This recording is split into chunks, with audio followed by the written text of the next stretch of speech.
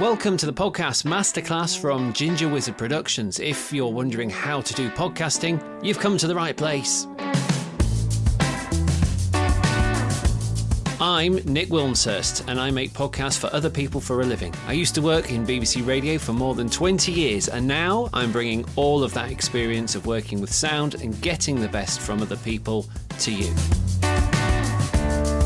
In this series, we're going to look more in depth at the tips and tricks you can use to make your podcast sound great by speaking to people who really know what they're doing. Coming up in today's episode... I could just take loads of little clips and hammer them all together and that's the kind of thing that can really bring it to life. And a little bit of this. A lot of people aren't very good at recording good audio. And I just think if you're starting out, there's no excuse these days not to do it yourself. Start a podcast with a mate. It's the discipline of having to record it every week and edit it. So it'll make you quick, it'll make you fast, it'll make you good at hearing the key clips and quotes. But before we get stuck right into today's episode, which is all about producing your sound, and ask of you, please leave me a review and subscribe. It really helps us out. And of course, you'll be the first to know when a new episode makes its way to your favourite platform. It's all a win-win-win. And don't forget, if you hear something you want to comment on, a suggestion of something you think I should cover, or maybe you just need my help, you can email me, nick@gingerwizard.co.uk.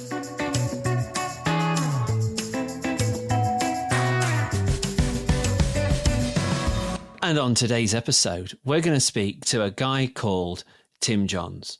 Now, you may or may not be aware of Tim. Tim in the world of production, I think, is regarded as a little bit of a genius. Let's find out more about him. He's with us now. Tim, how are you? You work with Jeremy Vine. You have done for many years, just so people know. And you're here with us today. Welcome. Thank you very much. Jeremy Vine's quite a genius. I'm not sure about me, but it's very kind of you to have me on. Let's get the simple stuff out of the way first of all. Just so we're absolutely clear, because a lot of people listening to this want to get into podcasting, or maybe they already do a podcast. So they may not be aware of really what goes on behind the scenes in a radio show, for example, like what you do. So just describe to us exactly what it is you do. So I'm a producer with Jeremy Vine, as you say, on Radio 2, and I'm one of a modest team. So there's an editor who's my boss, and then I'm one of a handful of producers, and we have some assistant producers too. And how it works is we get in the morning, we look through the day's news. Our programme's mandate is to reflect the national news agenda, so it's very much what's already out there and how do we bring that to a mainstream audience in a big way at lunchtime on Radio 2 that's also got some fun in there as well. We have a morning meeting at 8:10 where I and my colleagues take it in turns to pitch stories of what we should cover and maybe how, what question we should ask, what guests we should book. The editor says, right then, we'll do that and that. And then we have from about 8:50 until ideally about 10:45, so a kind of 2-hour window to book all the guests, write the scripts, do the background research, get that all kind of ready to brief Jeremy when he rushes in the door, fresh from Channel 5, because he does a Channel 5 show in the morning. He runs in, we give him the scripts, we brief him on the stories, get him up to speed, and then from 11:30, Vernon Kay, who's on before us, says, oh, hi, Jeremy, what have you got on the show today? And that's where we start getting comment from listeners, because we're half a pre-set up show with set up interviews and guests, and the other half of each item is kind of phone-in, really, with listeners. So that's, and then the show's on, and it's all hands on deck to process comments from listeners and get good listeners on air, and then we collapse on a heap at 2. Right, let's try out your party question answers here. So I'm rubbish at these, I'll tell you. Don't ask me what celebrity I've met, I can't remember. I wouldn't dare, actually. I hate that question because I can never remember, and I always just say Nigel Mansell because genuinely he was a pleasure. Right, okay. What's Jeremy Vine like? Does he arrive sweaty when he bikes in? And this one is my own weird one, but I wanted to know, I bet he smells nice, doesn't he, in general? I bet he smells like a lovely man. I've never been asked any of those at a party. No, I have been asked the what's he like question all the time, and he's very nice. I think anyone who's ever met him, if you did meet him, you'd think, oh, he's nice. There's a lot of people in our industry who are, well, your laugh says it all.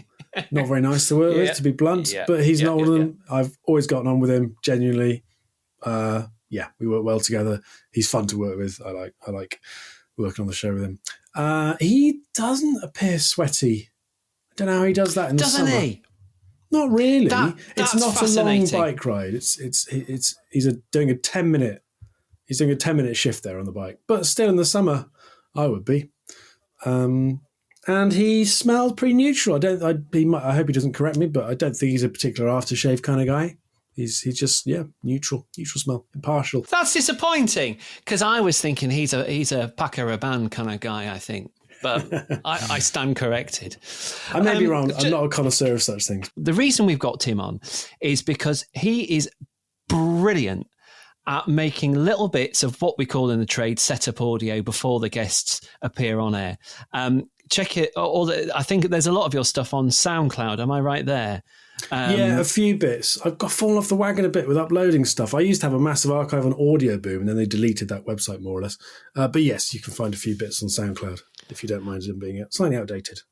Well, no, I think that what we're talking about here is how you use sound to tell a story, which essentially is what you're doing with podcasting.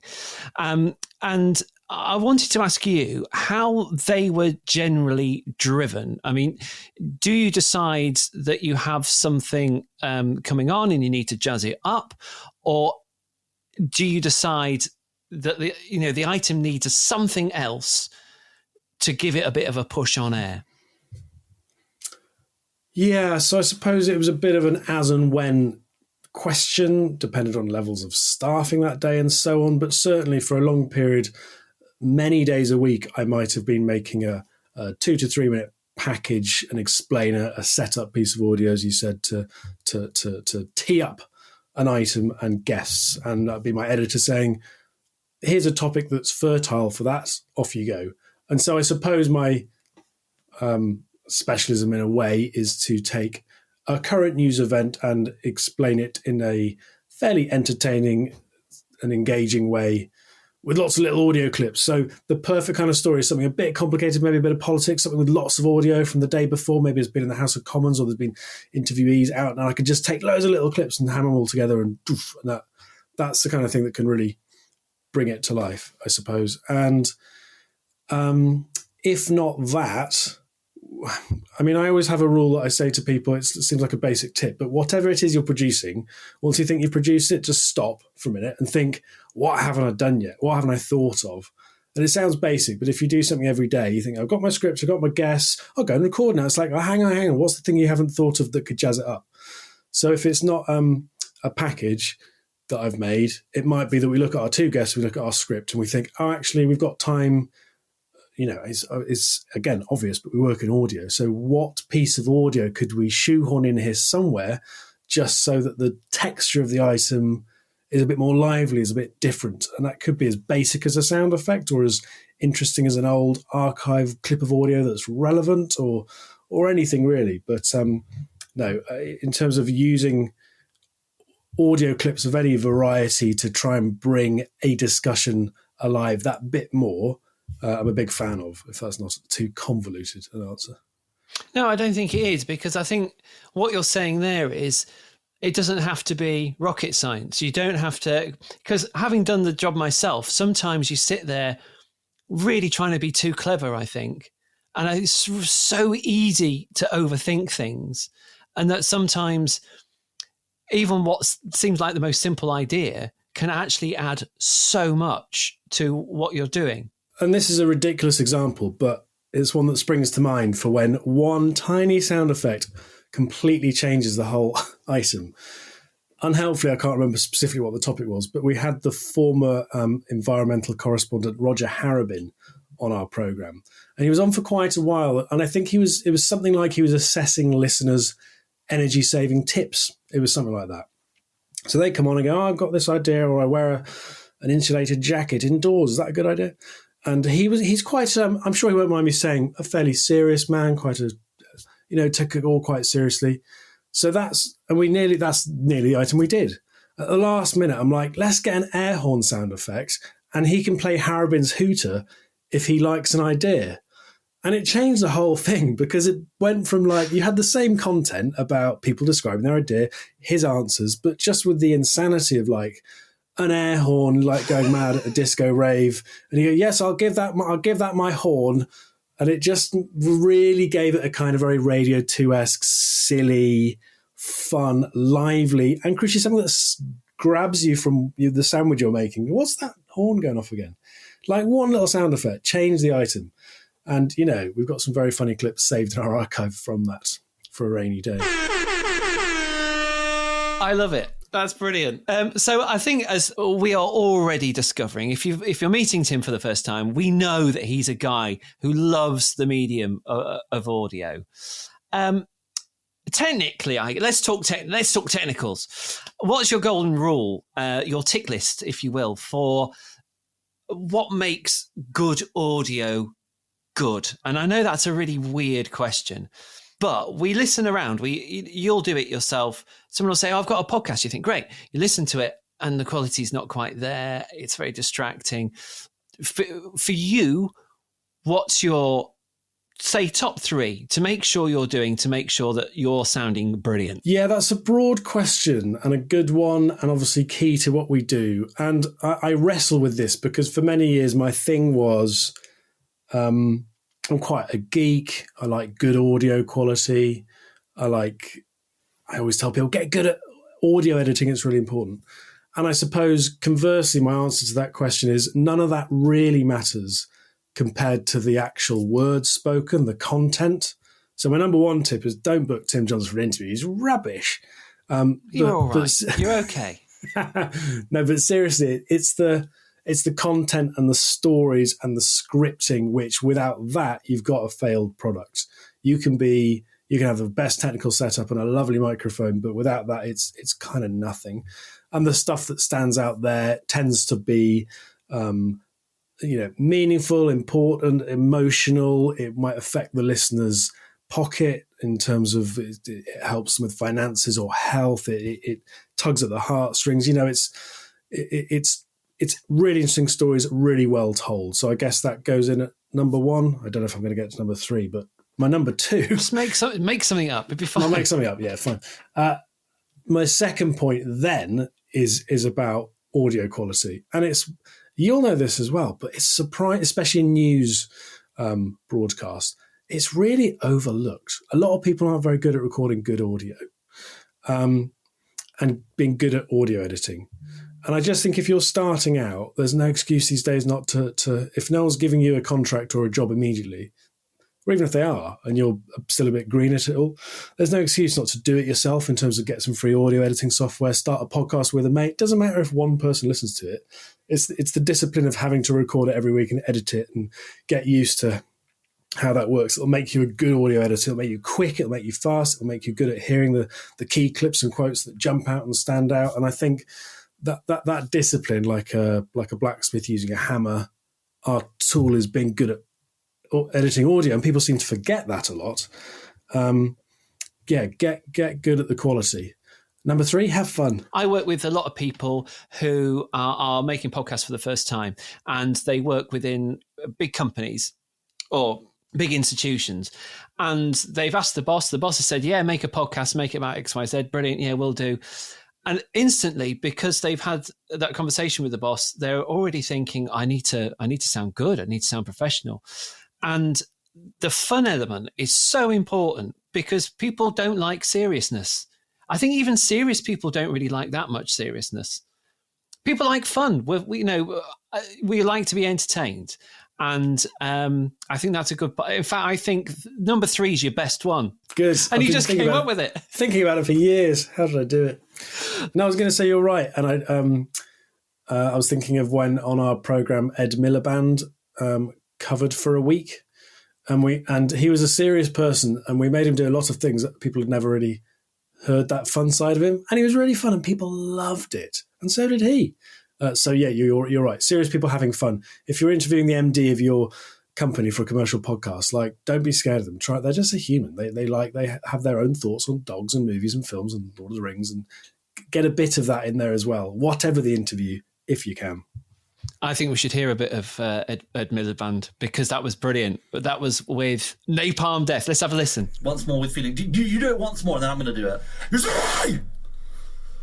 You're right. No, more throats. Definitely more throats. Just genius. Was that your idea? Yeah, I had a press release from someone that, I don't know, I was on a generic mailing list, and normally I'd have deleted it because it was like, do you want to cover news of the first death metal stage at Glastonbury? It's not really our thing on our show.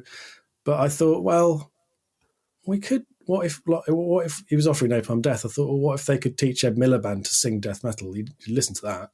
So that's what ended up happening. It's a great clip. Let's talk about guests, because it can be a slog. You know, we've already talked about it, especially on Vine's show. You've got 2 hours to turn it around to sort all your guests out. And, you know, it can be a slog. Some people just don't want to appear on the radio and or podcast. So just tell us about your process of booking someone onto the show. What are your red flags? What are your tricks? And yes, folks, there are tricks for making someone appear on a program. A tip I'd say is that I'm always non-committal at the start of a phone call, because the worst you can do is phone someone up thinking, oh, they're definitely going to be the right guest, and in your conversation with them, and that's a key part of it, it transpires that they're not quite right. Yeah, I mean, you'll know this full well, but there's a balancing act between you having an idea and trying to find the guest to fit into it, and not ruling out people because they say something slightly off script. Of course, they should be entitled to do that. But when when they're saying something that just doesn't fit, you need to be able to politely say that's not for us today.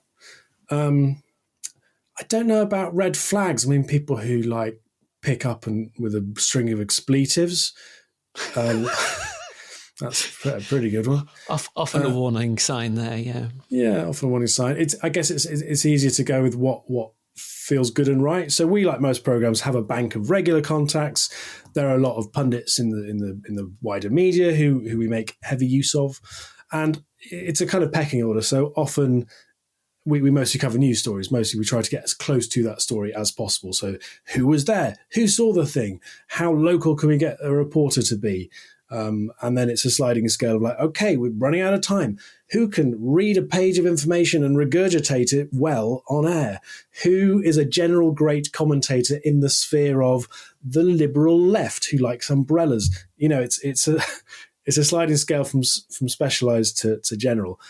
Sometimes people who are very close to the story, you know, the average person on the street, if you said, can you go on Radio 2 in 30 minutes and be very articulate for 3 minutes on this topic? It's not easy to do. So you also have to balance up. They may be close to the story, but really a terrible communicator. Is it fair on them? Is it fair on the audience to use them? So you're making all these micro judgments. I mean, to boil it down very simply, I always like to phone people and have a brief conversation with them. If they're a politician, a pundit, they're used to it. You don't need a long chat with them. You can normally tell within 2 sentences if they're a good communicator. But I think that initial chat is so important if you're scouting for guests, rather than doing everything by email, which a lot of companies and corporations tend to do these days. You need to kind of know how they're going to sound on air. So I think having that phone call where possible and where appropriate is absolutely the thing to do. And not committing at the beginning so that you can say at the end, great, well, if we do want to speak to you, we'll call you back. I love that trick. The other bit of your question was how to persuade people on. Yeah. We're quite lucky. I mean, we're a big outlet in terms of audience numbers and size, and a lot of people know that. They either know that and they're keen to come on, or they, for whatever reason, don't like the program or don't like the particular outlet, or so that it's probably never going to happen. So it's, I mean, I guess some basic things are just being polite, courteous, putting yourself in their shoes. We do get people who are brand new, pick up the phone and go, hello, we're talking about this, can you come on? And it's like, that's a proper cold call. You've blindsided them. You know, you don't want to waste their time, but a bit of small talk where appropriate. I'm talking about good phone manner and just being polite and a decent person and just assessing, have you got a minute to talk? That's the first thing I'll always say. And the second thing I say is like, potentially you free at this time. Right, let me tell you why I'm calling. And so I just think a bit of politeness, a bit of context, a bit of imagining what it's like for them getting that call goes a long way. It's funny, isn't it? I think a lot of phone manner is something that's a dying art. I think a lot of, and I'm not going to generalize by saying young people. I'm not going to do that. But a lot of young people aren't very good at it, Tim. Yeah, it's so true. And I try and avoid saying that because it does make you sound like an old man, with no offense. But it's understandable because the vast majority, I agree, that's how people, grew up having to communicate on landlines. So it's just normal to pick up a phone and go, hello, this thing. And actually, for a whole generation, you very rarely make a phone call unless it's, often planned, like, oh, can we chat on WhatsApp? And then you have a call with your closest mates, but not a lot beyond that. So it's quite an alien notion to just, as we would call it, phone bash, call after call. Can you come on? Can you come on? So it takes practice. It just takes a bit of practice. And I know it can be quite unsettling, anxiety-inducing to like cold call often, important or famous people, especially if you ever get a placement on a big program. It's like, you can be asked to call quite senior people who, in that world, still are quite busy and don't really care about your program. So it can be quite daunting, but it's I guess it's a practice thing, and just try not to be scared or shy of it. Do you think in the world of podcasting, people need to start taking more risks? It's because, the general thing about podcasting at the minute is it's very person A, who is the host, talks to person B, maybe C, about subject X, and that's the show. Do you think people need to start thinking slightly differently? Can you see the future of podcasting heading in that direction, where a lot more thought goes into the pre-production and the thought process? Yeah, I certainly don't want to be critical of any podcast that exists, but I suppose people talk about the amazing, burgeoning, ballooning podcast market, and a lot of it is commercially driven by the success of taking one or two well-known people and talking to the pre-existing fan base they already have about a subject that their fans like. So that's the model which has driven a lot of the expansion. I suppose the other part of your question is partly a commercial decision, because if I were running a podcast company, would I take the risk? Taking risk takes time, takes money, takes potential failure. So it's easy to say, yeah, come on, risk it all, but it's difficult to say unequivocally yes. So I suppose my answer is, if you've got a good, successful podcast format and it's working, do that thing where you stop and think, what have we not done? How can we improve it? How can we add different features? Can we make it more dynamic so it's not 40 minutes of speech? Can we break it up with archive and clips? Can we, just how can we improve the pace and rhythm of it beyond what we already have? And I think to that, yes, I think more podcasts could be more like that and less like an hour and 20 minutes of non-stop speech. Let's talk about COVID. We all remember it. I mean, how long ago is it since the last lockdown? Maybe a couple of years at this point. But it still feels weirdly far away, yet very still recent. I don't know. It's an odd thing. I was very much working in radio during that time, as were you. How did you find it? I mean, this is completely irrelevant to podcasting and all the rest of it. I just think it's interesting to talk about, because we were probably one of the few types of people that were out and about during the strictest of lockdowns. How did you find it? It's very surreal to think back on it. And because I work in central London and I lived in Bedford, so that was my commute. It was like 45 minutes on the train. It went from a busy, stressful, weird commute to like, I have a whole intercity carriage on this train to myself, and it was surreal. I guess everyone's experience was subtly different. I think mine was a very positive one, and I count myself very lucky for that. The reasons being, no close personal friends or family was seriously ill with it. Our family had it, our whole team had it really early on, like right before it all broke. So I felt like I had a bit of a shield, so there wasn't the anxiety of worrying about catching it, because I just had it. So that first lockdown, that first weird period, was kind of positive. I mean, I'm sure a lot of people who were in a similar situation in terms of being lucky not to be really ill with it will remember the sunshine. We had a young child. I was doing some working at home. It was all just a surreal, like, what is happening here? We pared our show down quite a bit because of like everyone grappling, how do we do this working from home hybrid business? So it wasn't work. Work was important. It felt important because we were just communicating so much about this virus and what was happening. But also we kept it simple, so it wasn't too stressful. We relied heavily on certain guests and correspondents to do a lot of that heavy lifting. So personally, selfishly, it was all right, and it felt like our show was important as well. So I suppose that's satisfying. And again, this is probably an experience shared with many people. The later lockdowns, that was all just a bit like rubbish because it was a halfway house. Things were busy when they shouldn't. Some rules were in place for too long. Some rules were just randomly ditched. It was just like that kind of middling mess.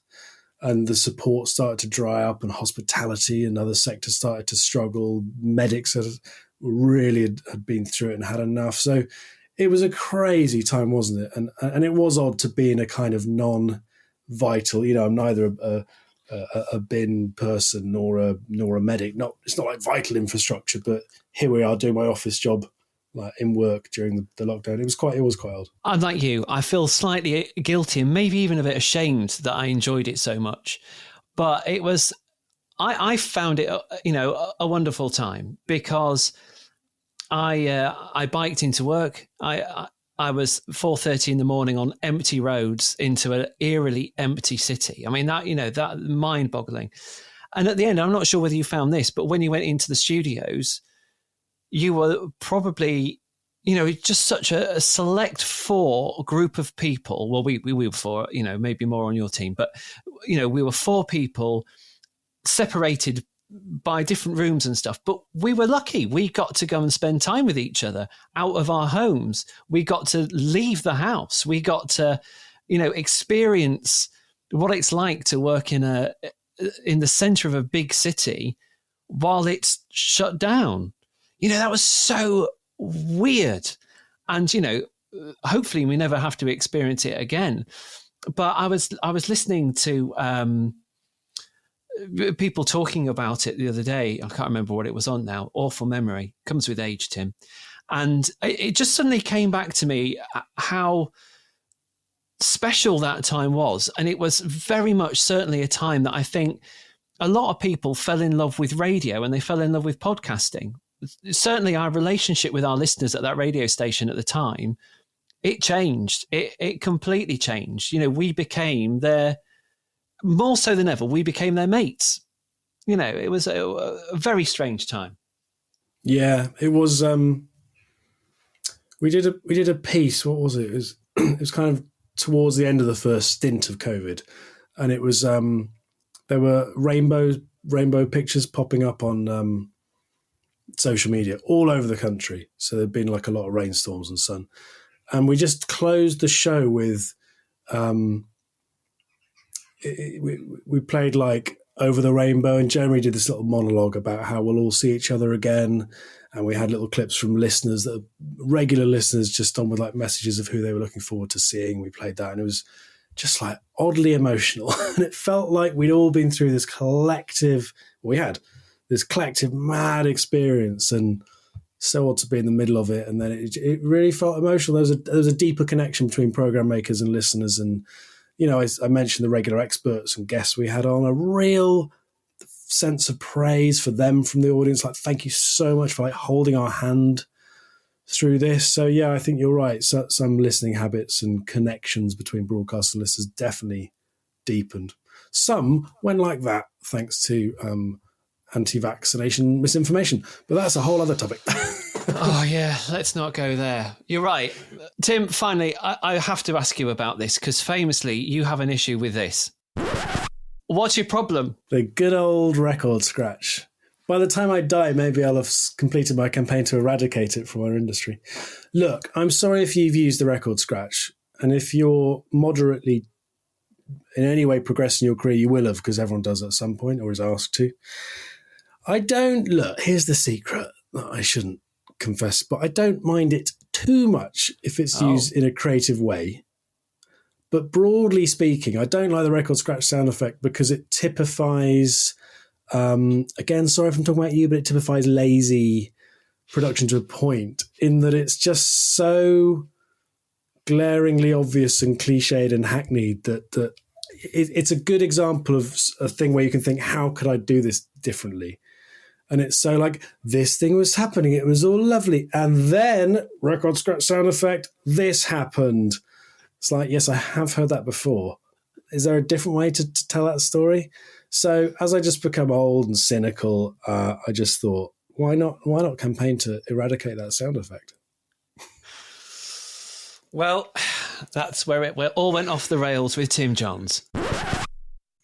Thank you ever so much indeed for your time. It's been lovely chatting to you. It's nice to get nerdy, geeky, and altogether, hopefully not uninteresting, but, I hope it's given people some insight and, people take something away from it. Well, thank you very much for having me. My pleasure. Take care, Tim. Goodbye. Goodbye. What a pleasure it was to talk to Tim. What a lovely guy.